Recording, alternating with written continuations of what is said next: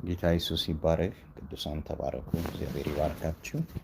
በቤታችሁ መሰዊያ ስለምትሰሙ ዛሬ የምንማርበት መጽሐፍ ክፍል መዝሙረ ዳዊት ምዕራፍ 73 ከቁጥር 24 ላይ ባለው ቃል ነው።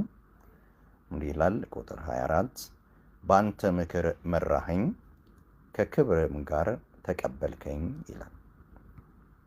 በአንተ ምክር መራኸኝ፣ ከክብር ጋር ተቀበልከኝ። ተመስገን።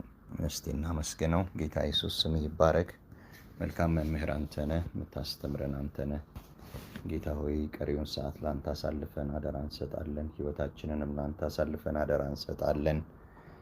ጌታ ሆይ የህይወት ቃል አለ ዛሬም የምታስተምረን ጌታ ሆይ ህይወት እንዲሆንላችሁ እንዲበዛላችሁ መጣሁ እንዳልክ ጌታ ሆይ ቃል ዛሬም ህይወት ይሆንልን። የህይወት ብዛት ከቃልህ ይወጣል ጌታ ሆይ ከቃልህ ይገኛልና የጸጋ ቃል ይሆንልን።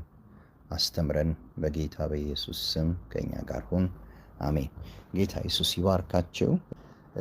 በአንተ ምክር መራኸኝ፣ ከክብር ጋር ተቀበልከኝ።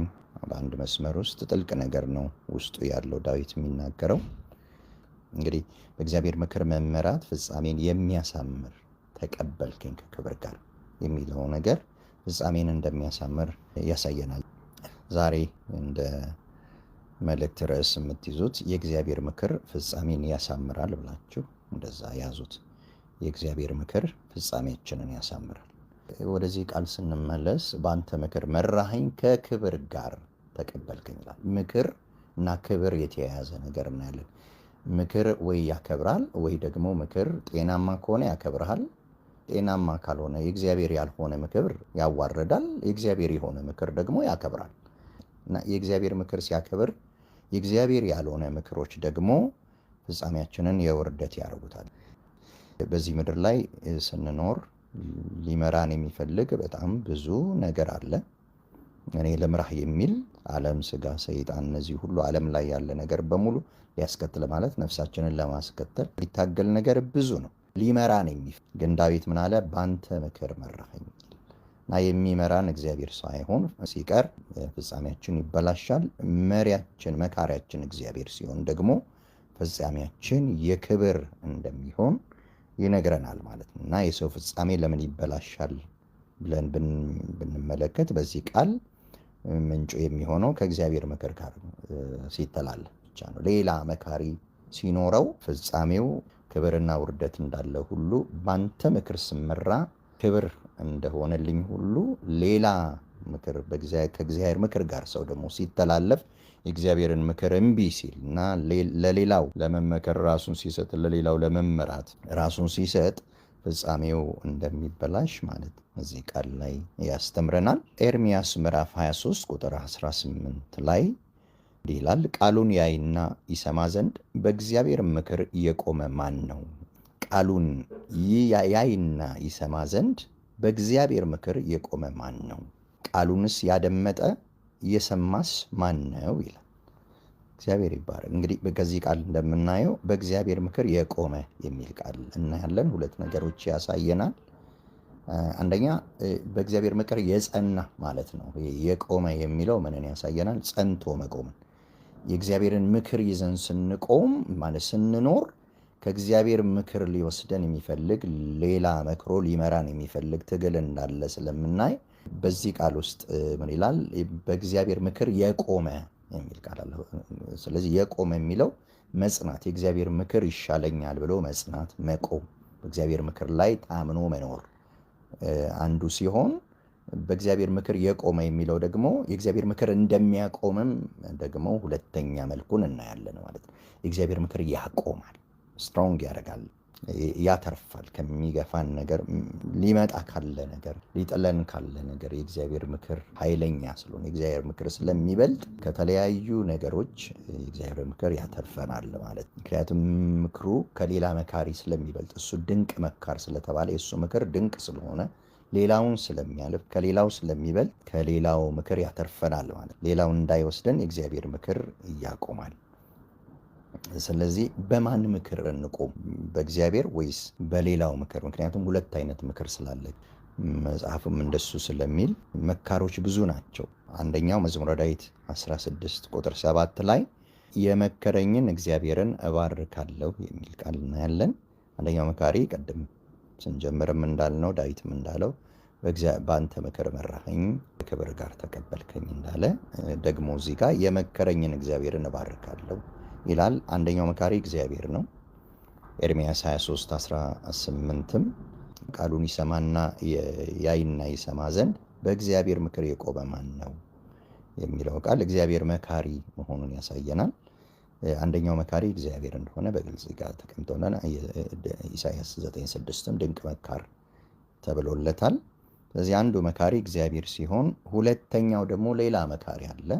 ሁለተኛው መካሪ ገላትያ ምዕራፍ 1 ቁጥር 16 ላይ ልጁን በእኔ ሁኔታ ሊገልጥ በወደደ ጊዜ ወዲያው ከስጋና ከደም ጋር አልተማከርኩም ይላል። ይህ ደግሞ ሌላው አንደኛው መካሪ የተቀመጠልን ከስጋና ከደም ጋር የሚል የስጋና የደም ምክር የሚባል መካሪ አለ ማለት ነው። አጋንንቱም አለ፣ የሰው ምክር አለ፣ ዓለምም ትመክራለች፣ ዓለምም ትሰብካለች ተከተለኝ ለማለት አላት። እሷም ድምፅ በየትኛው ምክር መመራት ይሻለናል? ምርጫው የኛ ነው። በየትኛው ምክር መቆም ይሻላል? በየትኛው ምክር መመራት ይሻላል? የስጋና የደም ምክር ያው ፍጻሜውን የእግዚአብሔር መንግስት ስለማይወርስ ፍጻሜው ግልጽ ነው። በመጽሐፍ ቅዱሳችን ውስጥ የእግዚአብሔር ምክር ጥለው ንቀው ለስጋና ለደም ምክር ራሳቸውን ያስገዙ ሰዎች፣ በዛ የተመሩ ሰዎች ፍጻሜያቸውን አይተናል። የእስራኤል ልጆች በምድረ በዳ መውደቃቸውንም አይተናል። በእግዚአብሔር ምክር ላይ እምቢ ስላመፁ የሚል መዝሙረ ዳዊት ምዕራፍ 107 ላይ ቁጥር 11 ላይ ምን ይላል?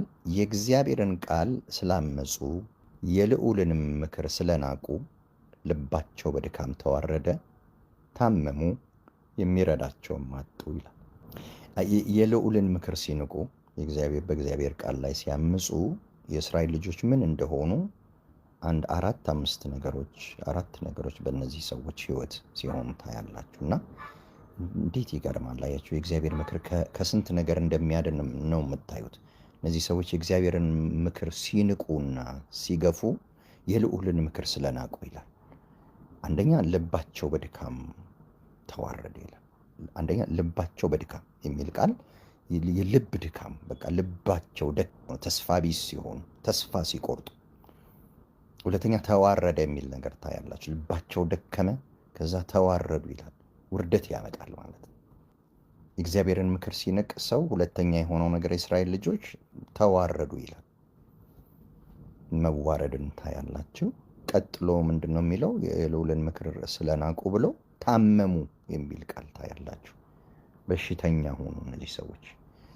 በቃ ለካ የልዑልን ምክር የእግዚአብሔርን ምክር ስንንቅ የእግዚአብሔርን ቃል እምቢ ስንል በህይወታችን ላይ የሚመጣ ብዙ አይነት ህመም አለ። መንፈሳዊም ይሁን ስጋዊ ህመሞች የእግዚአብሔርን ምክር የእግዚአብሔርን ቃል እምቢ ብለው በመግፋት የሚመጡ ናቸው። ምክንያቱም ምክር እምቢ ስትል ክብር አይደለም የሚሆነው። እኔ ግን በምክርህ እሺ አልኩኝ፣ ስለዚህ ክብር ሆነልኛል።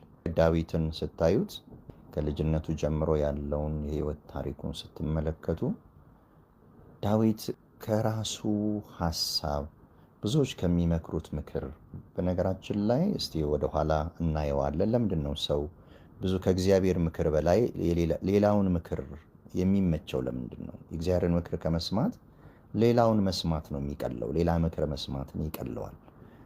በእግዚአብሔር ምክር ላይ እሺ የሚል ሰው በጣም በጣም ብፁዕ ነው። በመጽሐፍ ቅዱሳችን ውስጥ ታያላችሁ። ለምንድን ነው ሰዎች ለእግዚአብሔር ምክር እሺ የማይሉት ስትሉ፣ ብዙ ጊዜ ለስጋና ለደም ከስጋና ከደም ጋር አልተማከርኩም አይደል ያለው ሐዋርያ ጳውሎስ። ምን ማለት ነው? ሐዋርያ ጳውሎስ ያ እውነት ሲገለጥለት ልጁ በእኔ ሁኔታ በተገለጠልኝ ጊዜ አለ ወዲያው ከስጋና ከደም ጋር አልተማከርኩም ማለት ምን ማለት ነው? ሲያሳድደው የነበረው ኢየሱስን ከካህናት አለቆች ነው ደብዳቤ የተቀበለው። ስለዚህ ያንን ተቀብሎ ነው ሲያሳድድ የነበረውን ሃይማኖት ኢየሱስ በብርሃን ሲገለጥለት ተመልሶ የሚያሳድደውን ሃይማኖት እውነት ነው ብሎ ለመስበክ።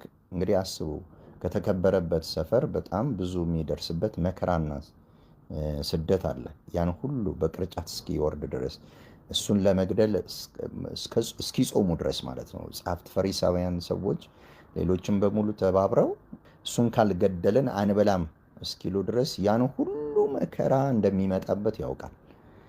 ያንን አስቦ ልክ ያ ብርሃን ሲገለጥለት እንዴ ይሄ መንገድ የማሳድደው መንገድ ለካ እውነት ነው፣ የአባቶች አምላክ ነው የተገለጠልኝ ብሎ የስደት ወዳለበት እምነት ሲገባ ሊደርስበት የሚችለውን መከራ ይታየዋል።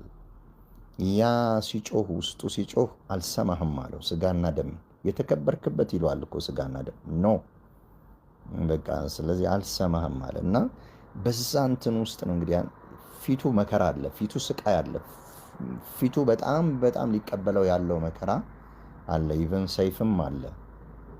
ግን በቃ የእሱን ምክር ይዤ ክብር ቢሆንልኝ ይሻላል ብሎ ስጋና ደምን ጨከነበት ማለት ነው። ስለዚህ የእግዚአብሔር ምክር ላይመች ይችላል ለስጋና ለደም። አሁን ሳውል እያሳደደው ዳዊት እኮ ስንት ያግኝቶታል እና አሳልፎ ሰጥቶት እያለ አብረውት የጦር አለቆች አሉ። ሳውልን ፊት ለፊት አግኝቶ በዛ በአይጋዲን ዋሻ ውስጥም አግኝቶታል። እዛ ውስጥም ዳዊትን አላየውም። ሳውል ትጥቁን ምናምን አውጥቶ ነው ዋሻ ውስጥ የገባው። ወገቡን ሊሞክር ይላል። መጸዳጃ ነው የገባው። መሳሪያ በእጁ የለም። ዳዊት አለ እዛ ዋሻ ውስጥ። ግን እግዚአብሔር አሳልፎ ሰጠ ሲባል አልነካውም አለ። እግዚአብሔር በቀባው ላይ እጄን አላነሳም። ከባድ ነው። ሊያሳድድህ ሊገልህ እየዞረ ያለውን ሰው ለቀቀው ማለት እኮ በራስ ላይ ሞት ነው የፈረድከው ማለት። ያን ያህል ከባድ ነው የእሱ ምክር። ተው ይልሃል። በቃ ልትበላ እጅን ዘርግተህ ይከለክልሃል። ተርበህም የእግዚአብሔርን ነገር እሺ ለማለት በሽታ መንፈስ ደግፈኝ ያለው እኮ ለዛ ነው። የእግዚአብሔርን ምክር እሺ ለማለት ስጋና ደም አይችልም። ከባድ ነው። አይገባውም። የሰማነውን ነገር ማን አምኗል? የእግዚአብሔር እስክንድ ለማን ተገልጧል? የሚለው የእግዚአብሔር ምክር አንዳንዴ በቃ ለማመን ትቸገራለህ። እንዴት ይልሃል። ግን የእሱ ምክር ይሻለናል። ክብር ስላለበት ውስጡ መራራ ቢመስልም ክብር አለበት። ክብር ለእግዚአብሔር ይሁን። ታስታውሱ ከሆነ እዚህ አንደኛ ነገሥት ምዕራፍ 12 ላይ እስራኤልን ለሁለት የከፈለው ነገርን ነው የምናየው። ይገርማችኋል። የምክር ጉዳይ ነው እስራኤል ለሁለት የተከፈለበት ማለት ነው።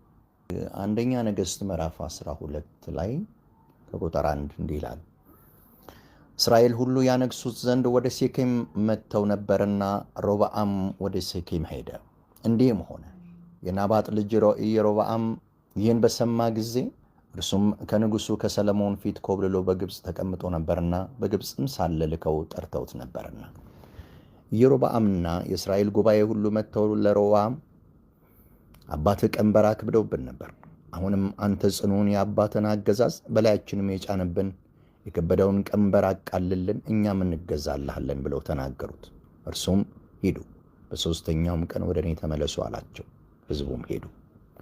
ንጉሡም ሮብዓም ለዚህ ሕዝብ እመልስለት ዘንድ የምትመክሩኝ ምንድን ነው ብሎ አባቱ ሰለሞን በሕይወት ሳለ በፊቱ ይቆሙ ከነበሩት ሽማግሌዎች ጋር ተማከረ። እነርሱም ለዚህ ሕዝብ አሁን ባሪያ ብትሆን ብትገዛላቸውም መልሰህም በገርነት ብትናገራቸው በዘመኑ ሁሉ ባሪያዎች ይሆኑልሃል ብለው ተናገሩት። እርሱ ግን ሽማግሌዎች የመከሩትን ምክር ትቶ ከእርሱ ጋር ካደጉትና በፊቱ ይቆሙ ከነበሩት ብላቴኖች ጋር ተማከረ። እርሱም አባቴ የጫነብንን ቀንበር አቃልልን ለሚሉኝ ሕዝብ እመልስላቸው ዘንድ የምትመክሩኝ ምንድን ነው አላቸው። ከእርሱም ጋር ያደጉት ብላቴኖች አባትህ ቀንበር አክብደውብናል፣ አንተ ግን አቃልልን ለሚሉ ሕዝብ ታናሺቱ ጣቴ ከአባቴ ወገብ ተወፍራለች። አሁንም አባቴ ከባድ ቀንበር ጭኖባችኋል፣ እኔ ግን በቀንበራችሁ ላይ ጨምራለሁ። አባቴ በአለንጋ ገርፏቸዋል፣ እኔ ግን በጊንጥ ገርፋቸዋለሁ በላቸው ብለው ተናገሩት። ንጉሡም በሦስተኛው ቀን ወደ እኔ ተመለሱ ብሎ እንደተናገረ ኢዮርብዓምና ሕዝቡ ሁሉ በሦስተኛው ቀን ወደ ሮብዓም መጡ። ንጉሡም ሽማግሌዎች የመከሩትን ምክር ትቶ ለሕዝቡ ጽኑ ምላሽ መለሰላቸው። እንደ ብላቴኖቹም ምክር አባቴ ቀንበር አክብዶባችሁ ነበር፣ እኔ ግን በቀንበራችሁ ላይ እጨምራለሁ። አባቴ በአለንጋ ገርፏችሁ ነበር፣ እኔ ግን በጊንጥ ገርፋችኋለሁ ብሎ ተናገራቸው። እግዚአብሔርም በሰሎናዊው በአኪያ አድርጎ ለናባጥ ልጅ ለኢዮርብዓም የተናገረው እንዲጸና ከእግዚአብሔር ዘንድ ተመድቦ ነበርና ንጉሡ ሕዝቡን አልሰማም። እስራኤልም ሁሉ ንጉሡ እንዳልሰማቸው ባየ ጊዜ ሕዝቡ ለንጉሡ በዳዊት ዘንድ ምን ክፍል አለን? በእሴይ ልጅ ዘንድ ርስት የለንም። እስራኤል ሆይ ወደ ድንኳኖቻችሁ ተመለሱ፣ ዳዊት ሆይ አሁን ቤትህን ተመልከት ብለው መለሱለት። እስራኤልም ወደ ድንኳኖቻቸው ሄዱ። ከዛ በኋላ ኢዮሮብዓም ተነስቶ፣ ሮብዓም ነው የሰለሞን ልጅ። ኢዮሮብዓም ደግሞ የሰለሞን ባሪያ የነበረ ሰው ነው፣ የቤቱ ባለሟል የነበረ ሰው ነው። ስለዚህ እሱ መጥቶ ስለነበረ ወደ ኢየሩሳሌም ይህንን ነገር ከሮብዓም ሲሰማ ህዝቡን ይኸው ከዳዊት ጋር ምን እድል ፈንታ አለን? በዳዊት ምንም ክፍል የለንም፣ በእሴይ ልጅ ርስት የለንም። ስለዚህ ወደ ድንኳኖቻችሁ ተመለሱ አለ።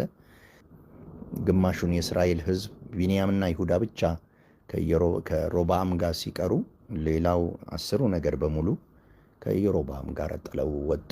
የዳዊት መንግስት ማለት ነው። ይሄ የእስራኤል መንግስት ለሁለት ተከፈለ። የእስራኤልና የይሁዳ መንግስት እስኪባል ድረስ ለሁለት የተከፈለበት ምክንያት የምክር ጉዳይ ነው።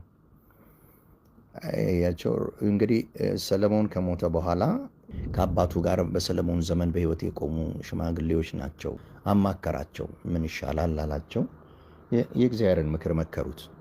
ባሪያ ብትሆንላቸው፣ ንጉሥ ነህ፣ ለማገልገል ነው፣ ህዝብ ለማገልገል ስለሆነ የተቀመጥከው፣ እንደ አገልጋይ ብትሆንላቸው፣ አገልጋይ መሪ ብትሆንላቸው፣ መልሰን በገርነት ስትናገራቸውም በፍቅር ብትናገራቸው፣ ቸርነትን ብታደርግላቸው፣ በዘመን ሁሉ ባሪያ ይሆኑልሃል። አንተ ስትገዛላቸው እነሱ ይገዙልሃል፣ ባሪያ ይሆኑልሃል አሉትና ይሄ የእግዚአብሔር ምክር ነው። በኋላ ኢዮሮብዓም አልተመቸውም። ይሄ አያቸው፣ መስዋዕትነት ሁልጊዜ አይመችም። የእግዚአብሔር ነገር ደግሞ መስዋዕትነት ይጠይቃል። ህይወትን ነው የሚጠይቀው። ሲነግሩት ልጁ ወጣት ነው። ትህትናን ሲነግሩት፣ ገርነትን ሲነግሩት፣ ልጅ ውስጥ ያለ የወጣትነት ትንጋር አልሄድ አለው ማለት ነው። የምን አይነት ነገር? እስቲ ቆይ ጓደኞቼን ላውራ ብሎ ከሱ ጋር ያደጉትን ደግሞ ጓደኞቹን አናገራቸው ይላል። ሲላቸው አይ በቃ ቀላል ዘዴ፣ አንተ ምን መውረድ አስፈለገ? ትህትና ታች እግራቸው ስር ምናምን እንዲህ መንከራተት አያስፈልግ፣ ሀርድ መስጠት ነው ብለው ማስፈራራት በቂ ነው አሉት። ይሄ ይቀላል። አያችሁ፣ የስጋ ሁልጊዜ የእግዚአብሔር ያልሆነ ምክር ቀላል ነው። ከስጋና ከደም የወጣ ምክር ሁልጊዜ መስዋዕትነት አይጠይቅ። የእግዚአብሔር ምክር ደግሞ በቃ ስጋና ደምን ዞር ያደርጋል። በቃ ለስጋና ለደም አይመችም፣ ግን ህይወት ይሆንልሃል፣ ክብር ይሆንልሃል። ክብር አለበት፣ ባይመችም ክብር አለበት። ለዚህ እኮ ነው ምሳሌ መጽሐፍ ላይ ምሳሌ ምዕራፍ 20:18 ላይ በመልካም ምክር ሰልፍ ታደርጋለህ ይላል። መልካም ምክር፣ የእግዚአብሔር ምክር ላይ ሁልጊዜ ሰልፍ አለበት። ለምሳሌ ጾም ስትባል ሰልፍ ከባድ ነው። ስጋና ደም እሺ አይልም። ጸልይ ቢልህ እግዚአብሔር ጸሎት አይመችም፣ ለስጋና ለደም አይመችም፣ አንተን ይጠይቃል። የእግዚአብሔር ተቀደስ የሚለው የእግዚአብሔር የሆኑ ምክሮች፣ ይቅርበል፣ በቃ ባልንጀራ የበደልህን ይቅርበል ስትባል የእግዚአብሔር ምክር ነው። ስጋና ደም እሺ አይልህም፣ ግን ሰልፍ አድርገህ የእግዚአብሔር ይሻላል በል። ምክንያቱም ክብር ስላለበት ፍጻሜ እግዚአብሔር ከክብር ጋር ይቀበላል። በውርደት እንዳይቀበል፣ በፍርድ እንዳይቀበል፣ ፍጻሜ የፍርድ እንዳይሆን ያንን አስብ። ስለዚህ የእግዚአብሔር ምክር ሁልጊዜ ለስጋና ለደም ባይመችም ከእግዚአብሔር ጋር ማለት ዘላለማዊ ነገራችን ላይ ክብር አለበት። በምድርም ቢሆን ክብር ያለበት ነገር ነው የእግዚአብሔርን ነገር መስማት። እነዚህ ሰዎች የእግዚአብሔርን ነገር ስለገፉ ዘመናቸው ሁሉ የጉስቁልና እንደሆነ ታያላችሁ። ዘዳግም ምዕራፍ 32 ቁጥር 28 ላይ ምን ይላል? ምክር ያጡ ህዝቦች ናቸው። እንዲህ ይላል 28 ላይ ምክር ያጡ ህዝቦች ናቸው ይልና ማስተዋልም የላቸውም፣ አእምሮም ቢኖራቸው የሚያስተውሉ ነበር፣ ፍጻሜያቸውንም ያስቡ ነበር። የእስራኤል ልጆች በምድረ በዳ የመቅረታቸው ትልቁ ምክንያት ምክርን አይሰሙም። ምክር ያጣ ህዝብ ሁልጊዜ ፍጻሜው ምክር ነው አስተዋይ የሚያደርገው። ምክር ስላጡ ማስተዋል የላቸውም ይላል። አእምሮ ቢስ ነው የሚያደርገው። ፍጻሜን እንዳናስብ የሚያደርግ ነገር ነው። ፍጻሜን ከክብር ጋር ተቀበልከኝ፣ ምክርህን ስለታዘዙ በአንተ ምክር መራኸኝ፣ ከክብር ጋር ተቀበልከኝ። ፍጻሜን ጭምር ነው የሚያሳይ። እነዚህ ሰዎች በእግዚአብሔር ምክር ስላጡ ፍጻሜያቸው ተበላሸ ነው የሚለው። ምክር ቢኖራቸው ነበሩ አገራቸውን ፍጻሜያቸውን ከነዓንን ያስባሉ። ስለ ከነዓን ሊወርሷት ስላለው ምድር የሚከፍሉትን ይከፍሉ ነበረ ምክርህን ቢሰሙ። ምክር ስላጡ ግን ፍጻሜያቸው በምድረ በዳ ላይ በጣም አሳዛኝ ሆነ ማለት ነው። ለፍጥረታዊ ሰው የእግዚአብሔር ምክር ላይመች ይችላል። ኢሳይያስ ምዕራፍ 53 ቁጥር 1 ቅድም እንዳልነው የሰማነውን ነገር ማን አምነዋል? የእግዚአብሔርስ ክንድ ለማን ተገልጧል? አንዳንዴ እንደሱ ነው የሚሆነው። የእግዚአብሔር ነገር የእግዚአብሔር ምክር ሰምተው ያስቸግራል። በቃ ምክሩን ውጣ ሲልህ በማይታይ እና አብርሃምን ውጡ ሲላቸው ወዴት እንደሚሄዱ ሳያውቁ ወጡ። እግዚአብሔር ለሚለን ነገር እሺ ስንል የሚገርማችሁ ክብር ነው የሚጠብቀን። ሞት አይሆንም። ባያውቅም አይደለም የሚለው ባያውቅ። ለምሳሌ እረዳዋለሁ እኮ ልጅህን አምጣና ሰዋልኝ ሞሪያ ተራራ ላይ፣ እሳ ተራራ ላይ በማሳይ ተራራ ልጅህን ሰዋልኝ ሲለው አሁን ይሄ የእግዚአብሔር ምክር ይባላል። ይሄ እንዲህ አሁን ስጋና ደምን ብታናገረው አሁን አልነገራት፣ ለሳራም አልነገረ፣ ለባሪያዎቹ ሎሌዎቹ አብረው እየሄዱ እኔና ልጄ ላይ ሰግደን እንመጣለን ያላቸው ሰዎች ይመጣለው ልጄን አላላቸውም። ለምን? ሁልጊዜ የእግዚአብሔር ምክር የሚከተለው በጣም ጥቂት ስለሆነ ማለት የእሱ ምክር የሚመች ባይመስልም ለምክሩ ስንታዘዝ የሚገርማችሁ ክብር ነው ይዘን የምንመለሰው። በእግዚአብሔር ምክር ስንቆም ክብር አለ ባይመችም እንኳን። ሐዋርያ ጳውሎስ የምክርን ቃል እንድትታገሱ የሚል ቃል አለና የእግዚአብሔርን ምክር ታግሰን የምናገኘው ነገር ነው። እንሰማለን፣ እንሰማዋለን፣ ከዛ የሆነ ጊዜ ነው የሚበቅለው። ክብር ለእግዚአብሔር ይሁን። ስለዚህ ለእግዚአብሔር ምክር እሺ ብለን እንኖር፣ ቢመች ባይመች። ዕብራውያን ላይ ስለ ሙሴ የተነገረውን ቃል ብናነባው 11 ላይ ሙሴም ካደገ በኋላ ይላል ቁጥር 23 ላይ 11 ዕብራውያን 11 23 ሙሴም ከተወለደ በኋላ ወላጆቹ ያማረ ሕፃን መሆኑን አይተው በእምነት 3 ወር ሸሸጉት፣ የንጉሥንም አዋጅ አልፈሩም። ሙሴም ካደገ በኋላ የፈርዖን የልጅ ልጅ እንዳይባል በእምነት እምቢ አለ። ከግብፅም ብዙ ገንዘብ ይልቅ ስለ ክርስቶስ መነቀፍ እጅግ የሚበልጥ ባለጠግነት እንዲሆን አስቧልና ለጊዜው በኃጢአት ከሚገኝ ደስታ ይልቅ ከእግዚአብሔር ሕዝብ ጋር መከራን መቀበልን መረጠ፣ ብድራቱን ትኩር ብሎ ተመልክቷልና። የንጉሥን ቁጣ ሳይፈራ የግብፅን አገር የተወ በእምነት ነበር፣ የማይታየውን እንደሚያይ አድርጎ ጸንቷልና። ይመስገን። ይቀጥላል። አጥፊውም የበኩር ልጆችን እንዳይነካ ፋሲካንና ደም መርጨትን በእምነት አደረገ። በደረቅ ምድር እንደሚያልፉ በኤርትራ ባህር በእምነት ተሻገሩ። በግብፅ ሰዎች ሲሞክሩ ግን ተዋጡ። የኢያሪኮን ቅጥር 7 ቀን ከዞሩት በኋላ በእምነት ወደቀ። ይሄ በጣም በእግዚአብሔር ምክር ላይ መቆምን ነው የሚነግረን።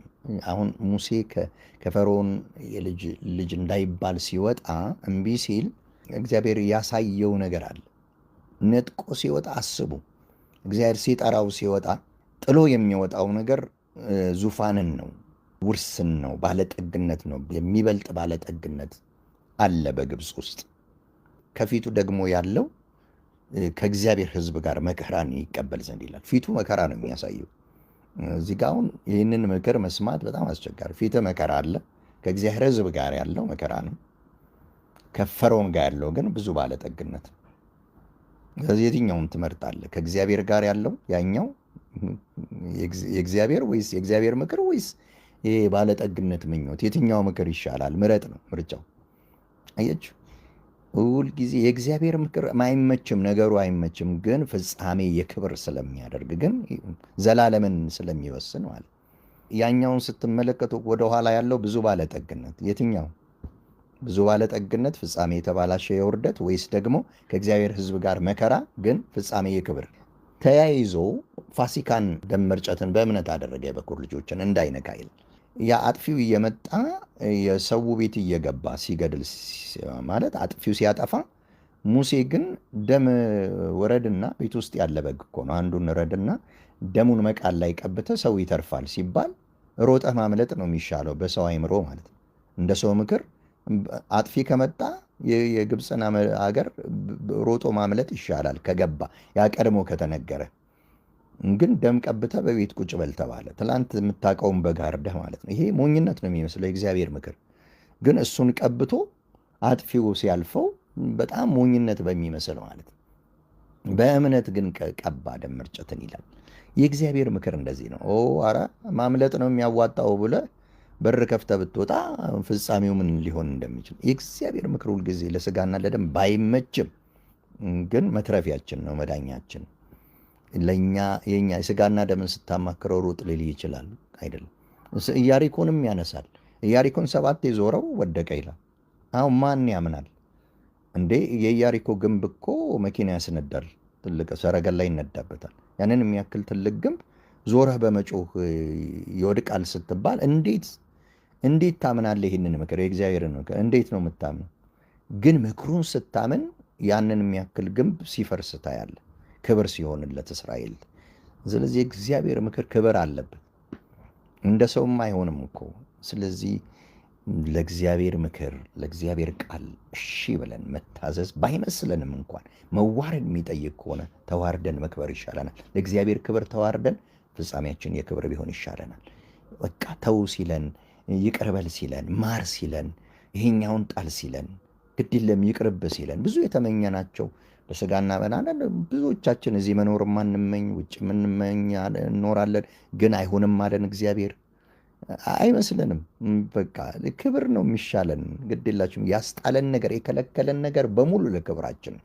የእግዚአብሔር ምክር ይሻለናል።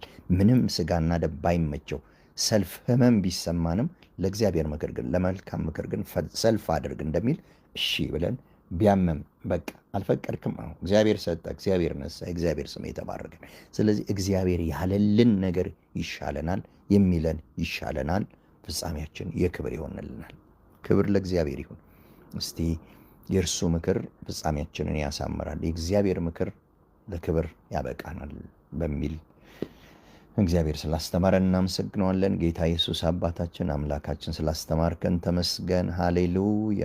ይሻለናል፣ ደስ ይለናል። በምክርህ በአንተ ምክር ደስ ይለናል። ስጋና ደምን አናማክርም፣ ዓለም አያማክረኝም። ነፍሴን የሚያማክር ሌላ ነገር አልፈልግም። መካሬ አንተ ብቻ፣ ድንቅ መካሬ እኔ ጌታ። አቤቱ ጌታ ኢየሱስ የመከረኝን እግዚአብሔርን እባርከዋለሁ ተብሎ እንደተጻፈ ጌታ አንተ ስትመክር ፍጻሜያችን የምስጋና ይሆናል፣ የክብር ይሆናል፣ ነገ የምናመሰግንበት ይሆናልና እናከብርሃለን። መምህራችን፣ አስተማሪያችን፣ መካሪያችን፣ ድንቅ መካር፣ በምክርህ ማለፊያ የሆንክ እንዳንተ ያለ ማንም የለም። ተባረክ። ስለምትመክረን ኢየሱስ፣ ዛሬም ስለመከርከን በቃል ስለምታስተምረን ተባረክ። ቀሪውን ሰዓት ተረከብልን። ከእኛ ጋር እህቶቼን ባርክ፣ ወንድሞቼን ባርክ። እግዚአብሔር ይባርካችሁ፣ ይጠብቃችሁ፣ ፊቱን ያብራላችሁ፣ ይራራላችሁ፣ ፊቱን ወደ እናንተ ያንሳ፣ ሰላምንም ይስጣችሁ። በኢየሱስ ስም የተባረካችሁ ሁኑ፣ ለበረከት ሁኑ።